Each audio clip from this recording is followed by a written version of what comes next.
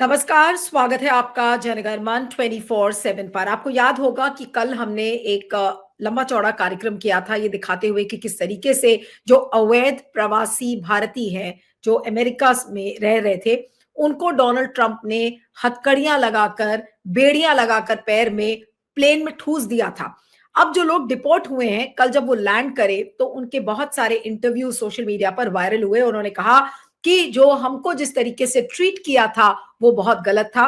खाना खाने के लिए हाथ में बेड़ियां पहनकर उनको मजबूर किया गया लोगों को खाना खाने के लिए, और लिटरली ड्रैग करते हुए वो लोग वॉशरूम गए हैं। और जिस हालत को वो बयान कर रहे थे वो दिल दहलाने वाली है। लेकिन हमारे देश के प्रधानमंत्री को इससे कोई फर्क नहीं पड़ता है। और जब सोशल मीडिया पर इतना ज्यादा शोर मचा तो आज संसद में इसी इशू को लेकर कि आखिर भारतीयों के हाथ में जंजीरें बांधकर, पैर में जंजीरें बांधकर आखिर क्यों डोनाल्ड ट्रंप इस तरीके का सुलूक भारतीयों के साथ कर रहे हैं, और इस पर भारत की सरकार को बोलना चाहिए। लेकिन भारत की सरकार बिल्कुल चुप है।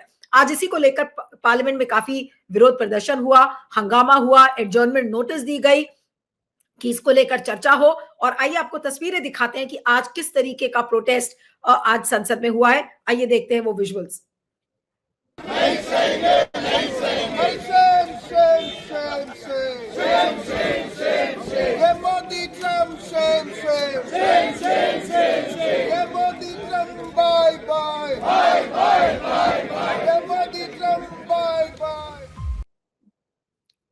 मोदी ट्रंप भाई भाई। अब ये दूसरा विजुअल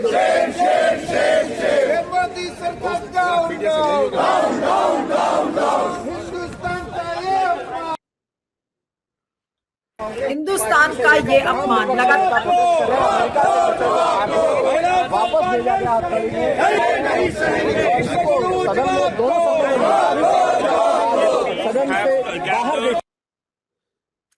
तो आपने देखा कि किस तरीके से लगातार वो विजुअल्स है। तो ये जो रिपोर्ट करके जब वो लाए गए हैं तो पुलिस की वैन में सारे लोग जा रहे हैं, वो अपराधियों की तरह उनको बस में लेके जाए जा रहे हैं।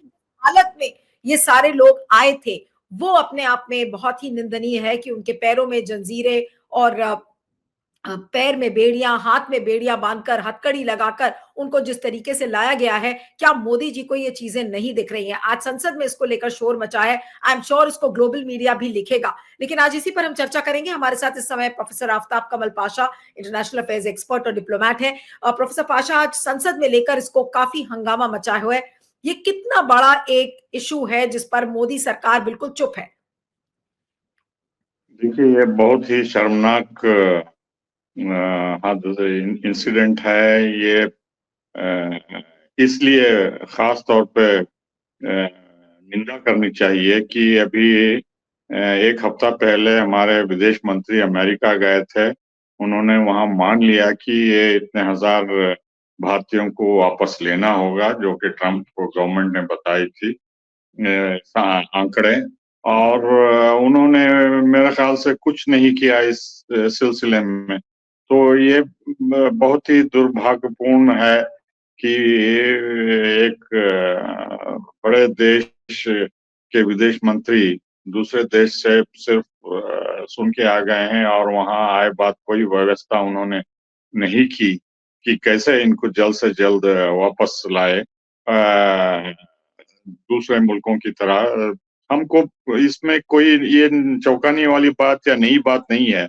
हमने कई बार खाड़ी के देशों से और यमन से, लीबिया से, लेबनान से और कई देशों से हम अपने भारतीयों को वापस बाइज्जत अपने हवाई जहाजों में लाए हैं। और 2 लाख से ज्यादा कुवैत में जब सद्दाम हुसैन ने आक्रमण करके हमला किया था कुवैत पे, तो वहां से अम्मान से भी हम हजारों की तादाद में सिविलियन एयरक्राफ्ट में लेके आए।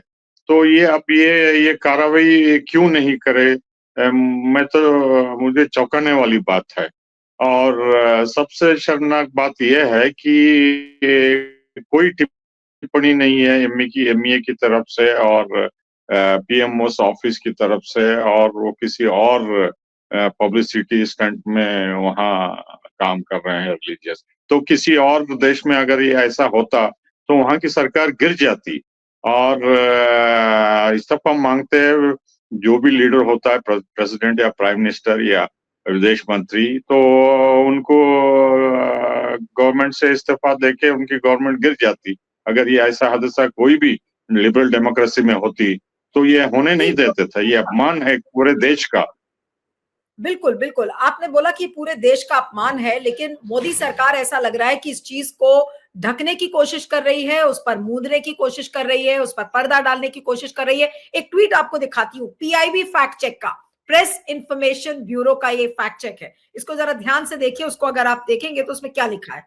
अब ये जो तस्वीरें आई हैं, पैरों में जंजीर बांधकर, उस पे पीआईबी ये लिख रहा है, the image being shared in these posts does not pertain to Indians, instead it shows that deported to Guatemala, यानी कि ग्वाटेमाला में जिन लोगों को डिपोर्ट किया था ये उनकी तस्वीरें हैं और इसको इंडियंस की तस्वीरें बताई जा रही हैं, और ये और उस पर फेक करके ये लिखा हुआ है कि पीआईबी फैक्ट चेक है, उसको फेक किया है।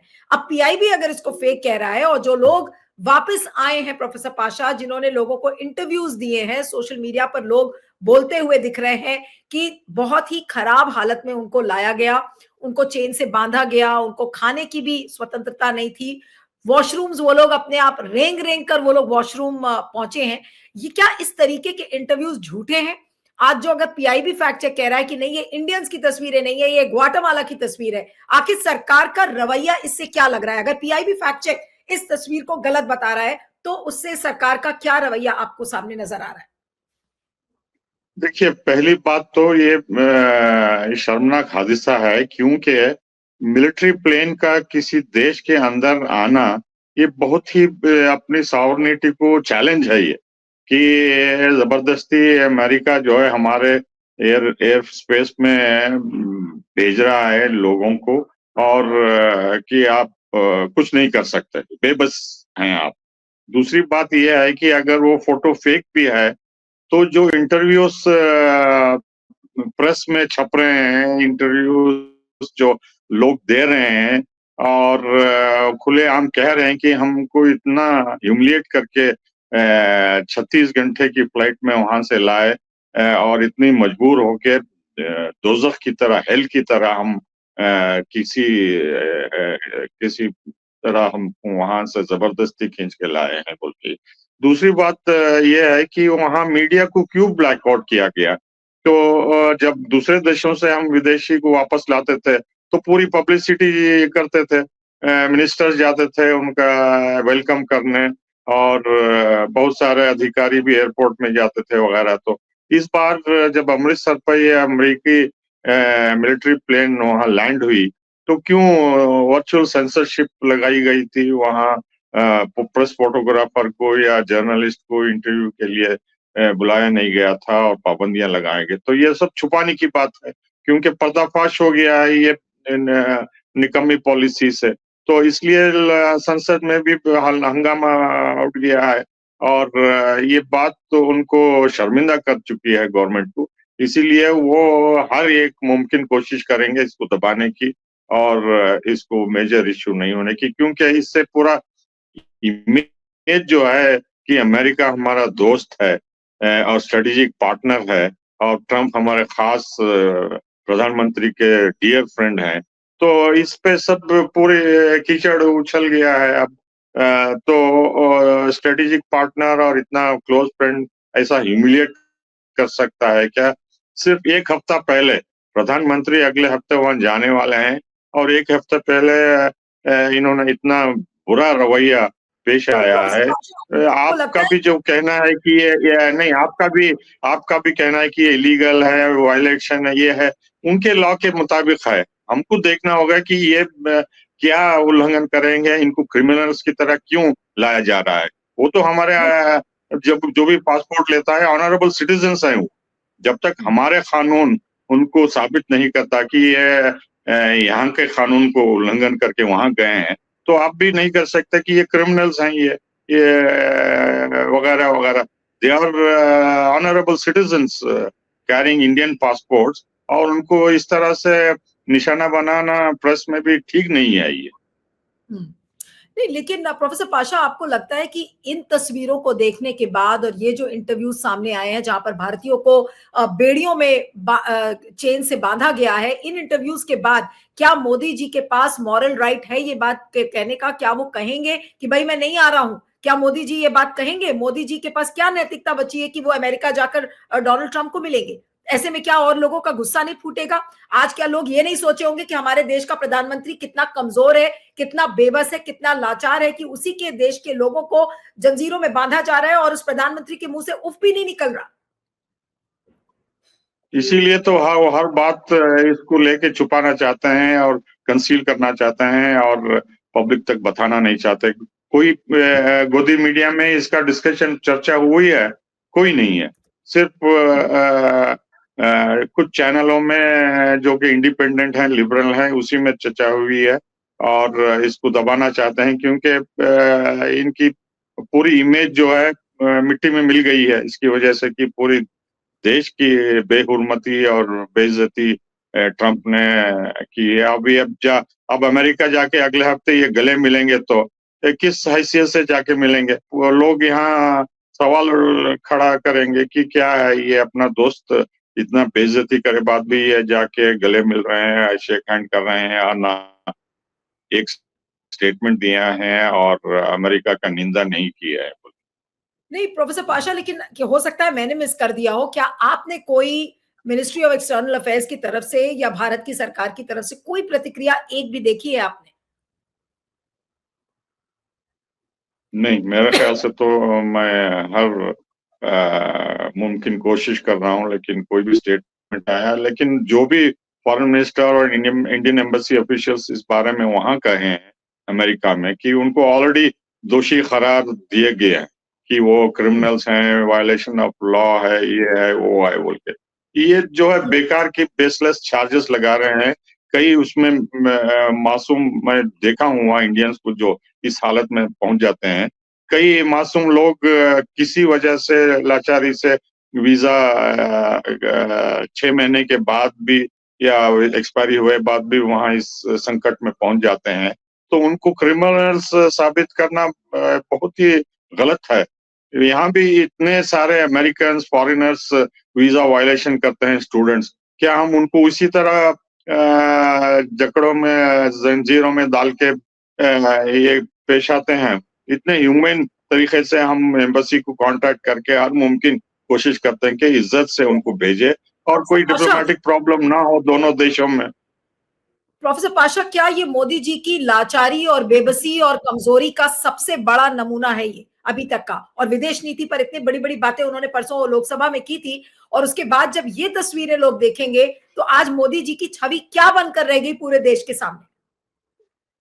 इससे तो कुछ खास उनको असर नहीं होगा, लेकिन क्या वो अमेरिका में जाके करते हैं, क्या कंसेशंस देते हैं और उसका क्या असर होगा भारत की नीति के पर, चाहे चीन हो, रूस हो या दूसरे अन्य मामलों में, ट्रेड में है, टैरिफ में है।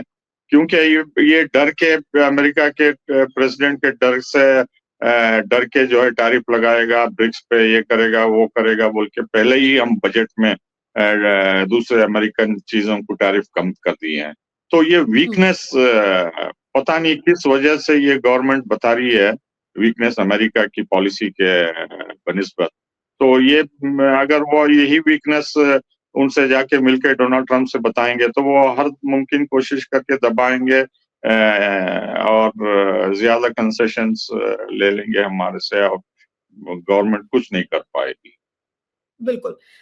मैं मल्लिकार्जुन खड़गे का एक ट्वीट दिखाती हूँ और उस पर फिर एक आखिरी सवाल आपसे लूंगी। और मल्लिकार्जुन खड़गे का अगर ट्वीट अगर आप दिखाएं तो उसमें उन्होंने साफ लिखा है कि we the India parties shall not tolerate the humiliation of Indian nationals. Modi government must come out with a detailed statement on the deportation. And why did we not send our own planes to bring back the Indians with dignity and respect instead of a military plane landing on our soil? इस tweet में जो ये बातें कही गई हैं professor Pasha, आप पिछले 2-3 दिनों से हमारे चैनल पर ये बातें कह रहे हैं और आपने अभी भी कहा कि मिलिट्री प्लेन किसी दूसरे देश का आना अपने देश में एक सॉवरेनिटी को चैलेंज है।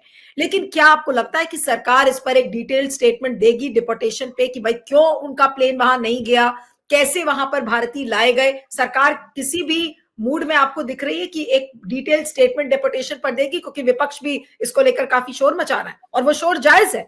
बिल्कुल बिल्कुल जायज है। पूरी जनता, भारत की जनता इस ह्यूमिलिएशन को टॉलरेट नहीं करेगी, चाहे वो कोई भी मजहब का हो, हिंदू, मुस्लिम, क्रिश्चियन, जैन, कोई भी हो।